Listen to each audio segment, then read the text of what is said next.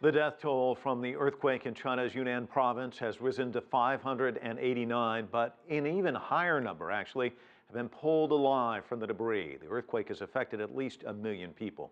Tents, quilts, clothes, food, and bottled water continue to pour into the region, and power is restored to most of the quake zone. For more on Yunnan's recovery process, I'm joined by Dr. Ronak Patel from Boston. He's the director of the Urbanization Program at the Harvard Humanitarian Initiative. He's also a professor of emergency medicine at Harvard Medical School. Thanks so much for joining us. You've written a great deal about humanitarian emergencies. There are almost 46 million people in Yunnan County.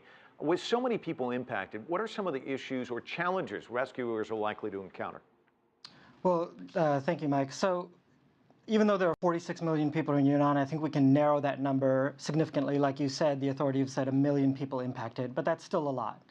And so the biggest challenge continues to be access, and not just access for the aid workers, but the equipment and sometimes heavy equipment that's needed in these areas.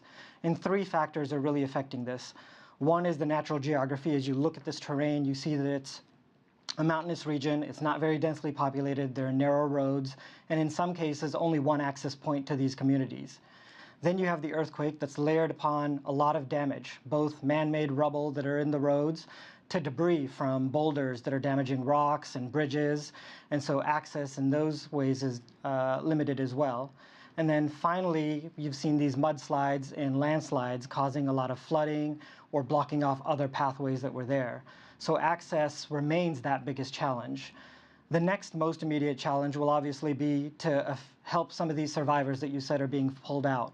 And now the number, I think, is about 2,400, which is still a lot, but at least only 100 more than yesterday. So I think we can say that that number should plateau. But their medical needs are very major, not just simple lacerations and abrasions, but anything from fractures to crush injuries, which are severe damage to soft tissue that can lead to requiring an amputation. So those things require a lot of acute medical needs and then long-term rehabilitation needs as well. And then common to most humanitarian crises are those basic needs. You talked about food, water being brought in and the bottles, but food, sanitation, water, livelihoods, shelter, all of those basic needs will still continue to be challenges for these populations even after those injured people are dealt with for their medical needs. And let's talk a little bit about, you mentioned landslides and mudslides. That kind of leads me to the next question. We're seeing a humanitarian emergency now coupled with a secondary issue, these landslides. They're trying to dig out folks. How much of a problem does that present for the workers in the area? So it's a big threat. It's a big hazard for the workers, but it's interesting. This is a humanitarian crisis with another cascading crisis on top of it. And the first crisis wasn't static, right? There was an earthquake, but you still have a lot of repercussions after that, either aftershocks or possibly some damaged buildings, people living in these damaged buildings that they shouldn't be just because they have no other options, or it's unclear how safe those buildings are. And then finally, these landslides and mudslides. You saw 60 soldiers get evacuated that were there to be rescuers. So the rescuers need rescue plans and contingency plans.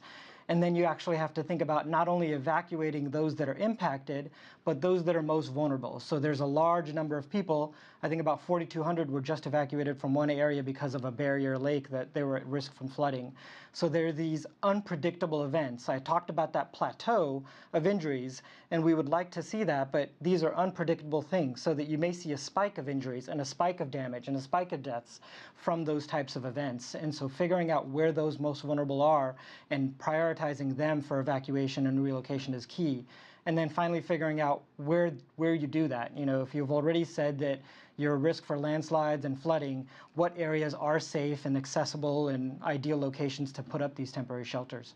Dr. Patel, thank you so much for joining us from Boston. Obviously more areas we could cover, but we run out of time. Certainly appreciate your time.